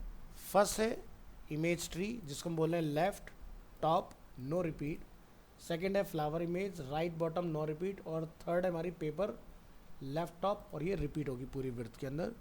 अब 3 है तो 3 वैल्यू हम लोग बैकग्राउंड में कॉमा लगा लगा के लिख सकते हैं। हमने क्या बोला, पहला 50 पिक्सल के साइज़ में आएगा, दूसरा 130, तीसरा ऑटो साइज़ में, और ये देखिए तीनों आपके यहाँ पर कॉल हो गए।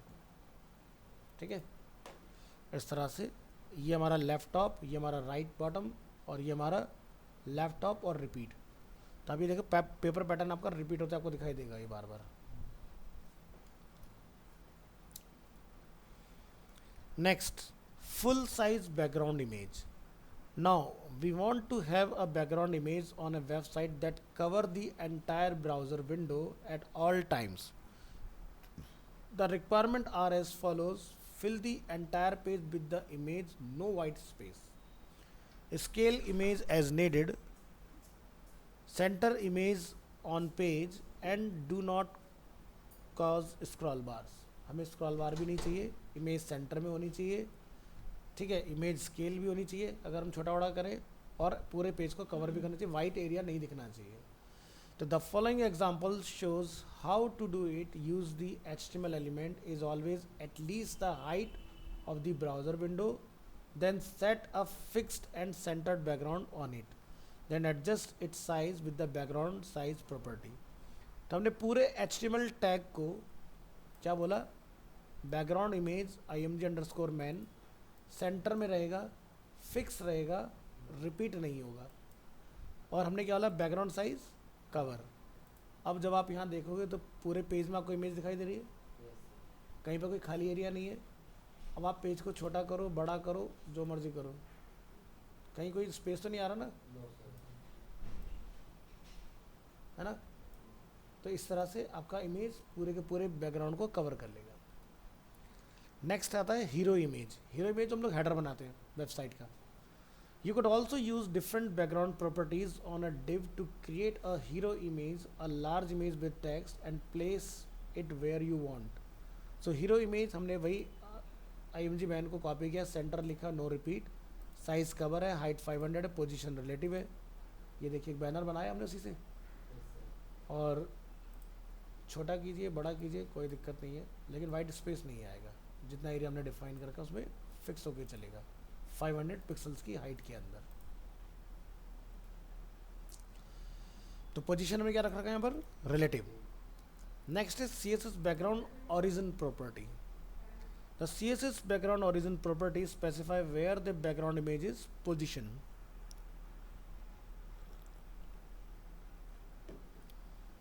The property takes 3 different value. First is border box, second is padding box, third is content box.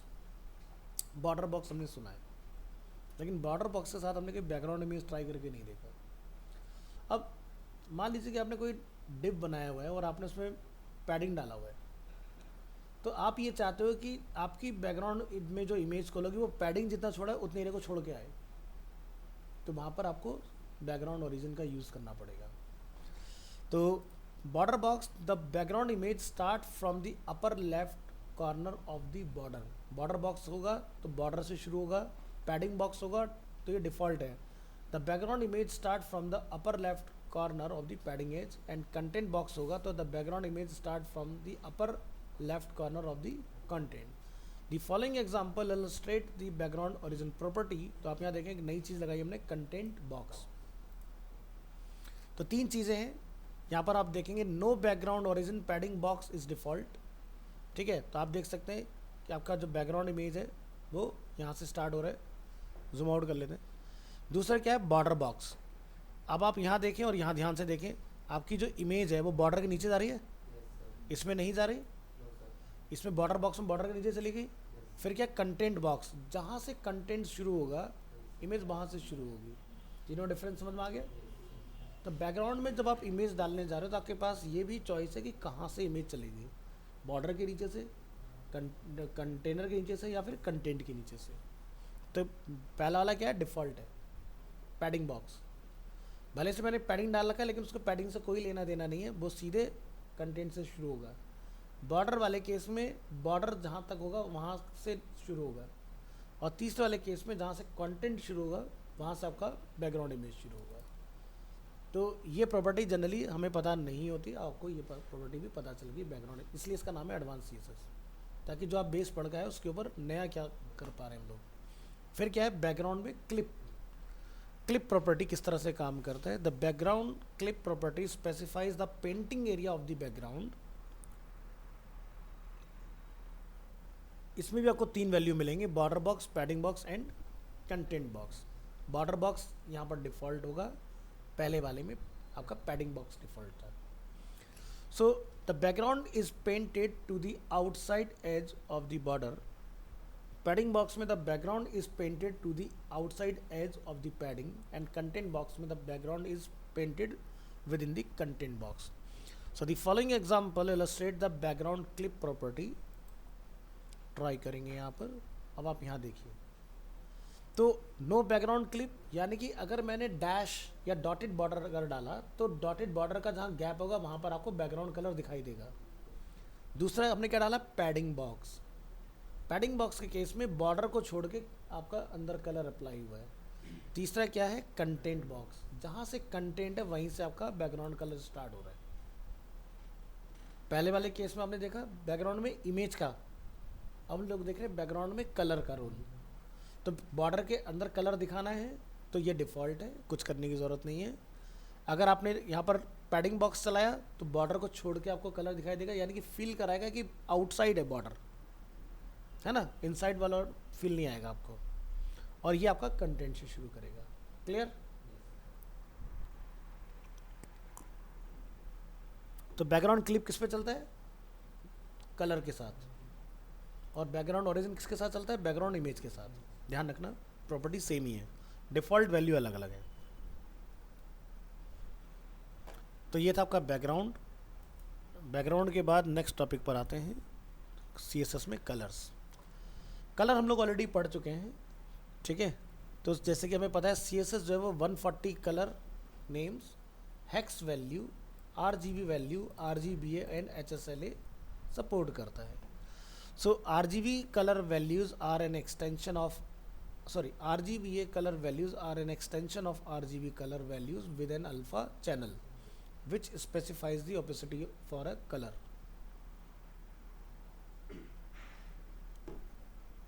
An RGBA color value is specified with RGBA यानी कि red, green, blue, alpha. The alpha parameter is a number between 0.0 means fully transparent and 1.0 is a fully opaque. The following examples define different RGBA color. तो आप यहाँ देखेंगे ये red है, ये green है, ये ब्लू है, 30% ओपेसिटी के साथ, ठीक है। तो इसमें और भी कलर अवेलेबल है, आप यहाँ जाके देख सकते हो।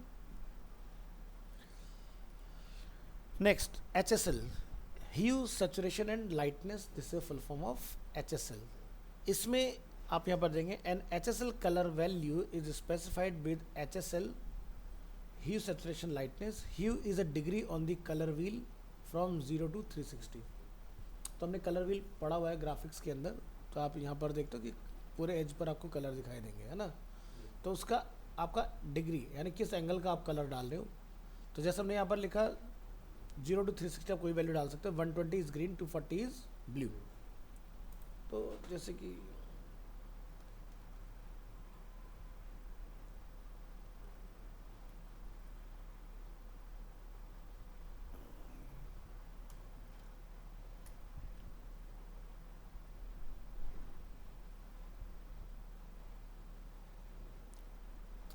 ये मेरा पर्सनल ब्लॉग है। तो जैसे आप यहाँ देखें ये आपके होते हैं कलर व्हील्स, ठीक है। तो हम इसकी बात करें, ये जो एंगल है कि किस एंगल पे कौन सा कलर होता है, ठीक है। इधर आ जाओ, इसको बंद करो, इसका कोई काम नहीं है, इसको भी हटाइए। सो 120 डिग्री पर कौन सा कलर आएगा? ग्रीन। 240 पर कौन सा कलर आएगा? ब्लू। बात करते हैं saturation. Saturation is a percentage value, 100 is the full colour. और अगर आप वैल्यू को कम करेंगे तो उसका कलर इंटेंस होगा वो कम, इंटेंसिटी कम होगी। Lightness is also percentage, 0 is a dark black and 100 is a white, यानी कि ये कलर में लाइट का काम करता है, कितना ब्राइट करना है, कितना डल करना है आपने। सो the following example defines different HSL value. तो आप यहाँ देखेंगे green, light green, dark green, pastel green, अलग अलग टाइप के आपको कलर्स देखने के लिए मिलेंगे इसके अंदर। नेक्स्ट है LA, मतलब कि अल्फ़ा भी आ गया इसमें। तो यही 30% ओपेसिटी के साथ बेसिकली काम करेगा आपका, जो RGB अपना काम करता है। अब बात करते हैं ओपेसिटी वर्सेस अल्फ़ा की। तो ये हमें ऑलरेडी पता है, ओपेसिटी सिर्फ और सिर्फ इमेज के साथ इस्तेमाल करना चाहिए, क्योंकि अगर हमने ओपेसिटी कहीं अगर लगा दिया और अगर वो किसी डिव के ऊपर है, डिव के अंदर चाइल्ड एलिमेंट भी होंगे, तो सबको ले डूबेगा अपने साथ में, है ना।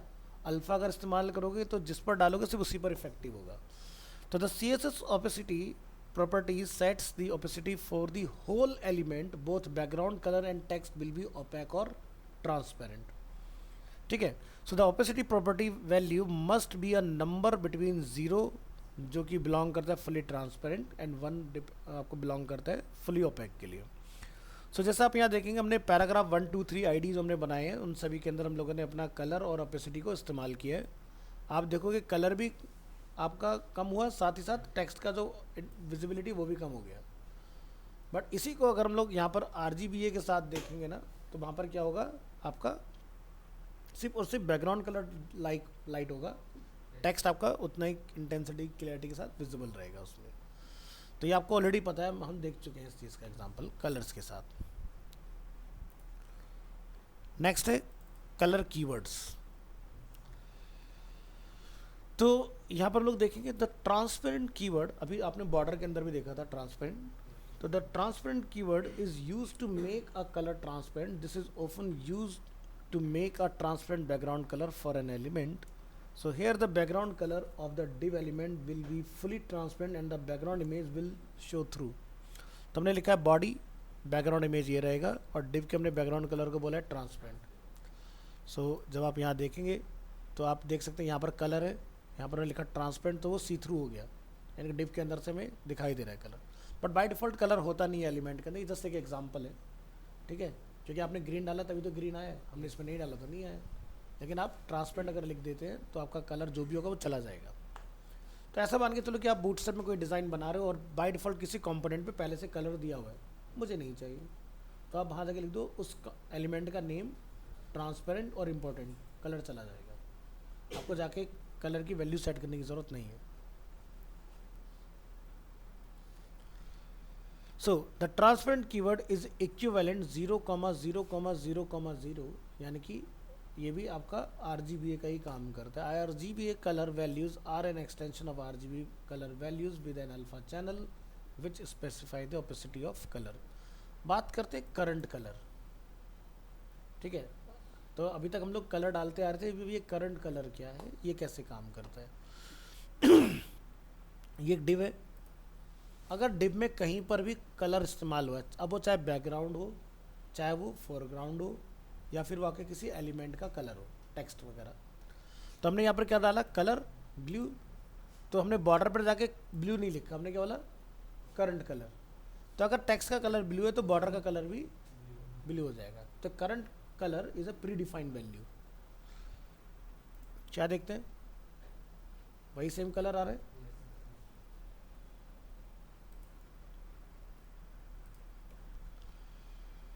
The current color keyword is like a variable that holds the current value of the color property of an element. This keyword can be useful if you want a specific color to be consistent in an element or a page.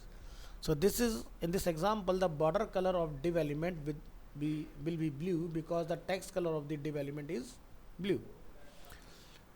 So next example देखिए, in this example the div border color and shadow color is set to the current colour value of the body element.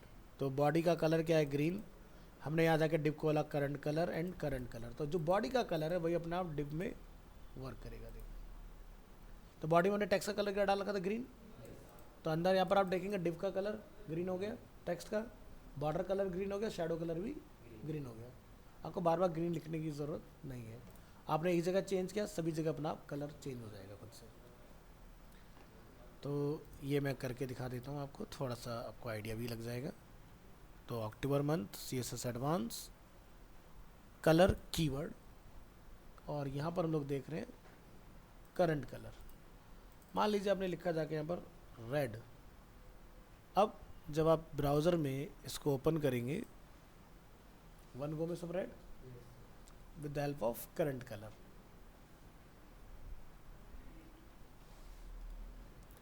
Next, inherit, ठीक है, science पढ़ के आए हो तो parent की property child में अपने आप आ जाएंगी, है ना, आनुवंशिकी। तो the inherit keyword specifies that a property should inherit it's value from its parent element. तो यानी कि अगर मेरा डिव के अंदर कोई पैराग्राफ है तो जो डिव की प्रॉपर्टी होगी वही पैराग्राफ में ट्रांसफर हो जाएगी इनहेरिट लिखने से। So the inherit keyword can be used for any CSS property or any HTML element। तो हम लोग कलर का टॉपिक पढ़ने, तो मतलब इसका ये नहीं कि इनहेरिट सिर्फ कलर पर चलता है। मान लीजिए कि मेरे पेरेंट की विड्थ 100% है, मैं कहता हूँ मेरे चाइल्ड की विड्थ भी 100% होगी, तो लिख दो इनहेरिट। तो जब भी पेरेंट की चेंज करो चाइल्ड अपना आप खुद से चेंज होता जाएगा। तो हमने लिखा डिव बॉर्डर कितना है, 2 पिक्सल सॉलिड रेड।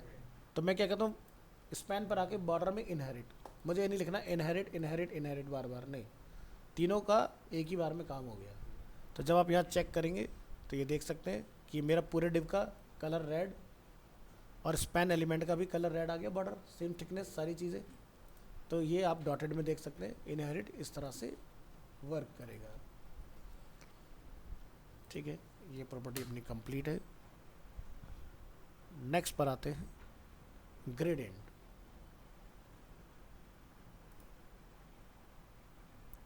तो ग्रेडियंट तीन तरह के होते हैं यहाँ पर, लीनियर, रेडियल एंड कॉनिक, जिसको हम लोग कॉनिकल बोलते हैं। So to create a linear gradient you must define at least 2 colour stop, यानी कि पहला कलर और दूसरा कलर क्या होगा वो आपको बताने पड़ेंगे। अगर आप दोनों कलर स्टॉप में एक ही कलर डालोगे रेड, तो सॉलिड ही दिखाई देगा, तो डालने कोई मतलब नहीं बनता उसका। So colour stop are the colours you want to render smooth transition among. You can also set a starting point and a direction or an angle along with the gradient effect. तो कैसे लिखा जाता है, background image. तो जैसे हम लोग background image keyword में इमेज डालते हैं ना, उसी में ही आपका ग्रेडियंट भी कॉल होता है। तो क्या लिखेंगे आप keyword, linear gradient function direction colour 1 and colour 2। ठीक है, सो डायरेक्शन डिफॉल्ट रहता है टॉप टू बॉटम, यानी कि अगर आपने लिखा ब्लैक सॉलिड और ब्लैक ट्रांसपेरेंट, तो डार्क ब्लैक आपका ऊपर होगा और ट्रांसपेरेंट ब्लैक आपका नीचे होगा। ठीक है, so the following example shows a linear gradient that start at the top, its start red transitioning to yellow. तो हमने लिखा लीनियर ग्रेडियंट रेड और येलो। अगर ट्रांसपेरेंसी नहीं चाहिए तो सॉलिड ऐसे लिख दो, RGBA की ज़रूरत नहीं है अपने को। तो आप यहाँ देखेंगे बन गया ग्रेडियंट। तो जब तक CSS 3 नहीं आया था तो ये काम हम लोग 1 पिक्सल की इमेज के साथ करते थे। तो फोटोशॉप ने देखा होगा single column marquee tool, single row marquee tool, उसका यही काम होता था ग्रेडियंट बनाने का 1 पिक्सल का। फिर क्या है, डायरेक्शन अगर हमें बदलना हो, डिफ़ॉल्ट हमने देख लिया क्या है, टॉप टू बॉटम। हम चाहते हैं डायरेक्शन बदले लेफ्ट टू राइट, सब कुछ सेम रहेगा, बस तुमने लिख दिया टू राइट, बदला। इसी तरह से आपको डायरेक्शन को डायगोनल करना हो तो आप यहाँ पर डायगोनल डायरेक्शन भी कर सकते हैं। You can make a gradient diagonally by specifying both the horizontal and vertical position. The following example shows a linear gradient that start at the top left and goes to the bottom right, it start red transitioning to yellow. तो हमने क्या लिखा, to bottom right, 2 keyword आ गए ना, bottom और right.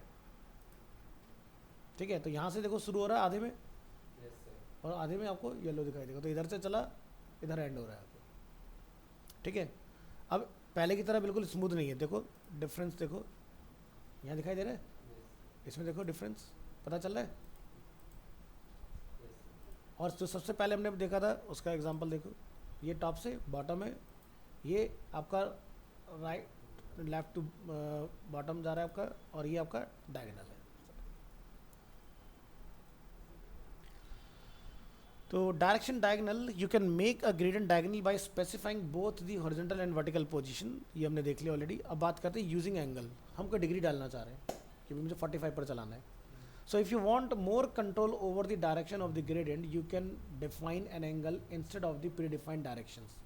तो हमने यहाँ पर जैसे क्या होता है ना, जैसे to bottom, to top, to right, to left, इस सब चारों डायरेक्शन ग्रेडियंट रोटेट कर सकते हो, to bottom right etcetera. A value of 0 degree is equivalent to right, a value of 180 degree is equivalent to bottom. So background image, यहाँ spelling mistake हो गया हमारा, background image linear gradient angle colour stop 1 and 2। तो हमने यहाँ पे लिखा linear gradient 180 degree red and yellow. अब आप देखें यहाँ पर 0 डिग्री, 90 डिग्री, 180 डिग्री, -90 डिग्री, तो अलग अलग एंगल में आपको अपना ग्रेडियंट दिखाई देगा इस तरह से। यूजिंग मल्टीपल कलर स्टॉप, हम कहते हैं रेड येलो ग्रीन तीनों मिलाओ, है ना, हमने तीनों मिलाए। इस वाले में हम लोगों ने और ज़्यादा कलर डाले, तो ग्रेडियंट 2 में अगर आप देखेंगे red, orange, yellow, green, blue, indigo, violet, जो हमारे रेनबो में सारे कलर होते हैं। और थर्ड वाले में हमने डिफाइन किया है रेड 10%, ग्रीन 85%, ब्लू 90%। तो इस तरह से आप अपने ग्रेडियंट के फ्लो को भी कंट्रोल कर सकते हो, कौन सा कितना एरिया कवर करेगा। ध्यान रखना कि एक प्रॉपर्टी ज़रूर डालिएगा साथ में, बैकग्राउंड कलर। मान लो कि कोई ऐसा ब्राउज़र आ गया पुराना जिसमें ग्रेडियंट ना चलता हो, तो वहाँ पर प्लेन कलर चल जाए। ठीक है, ग्रेडियंट लेटेस्ट में ही चलता है,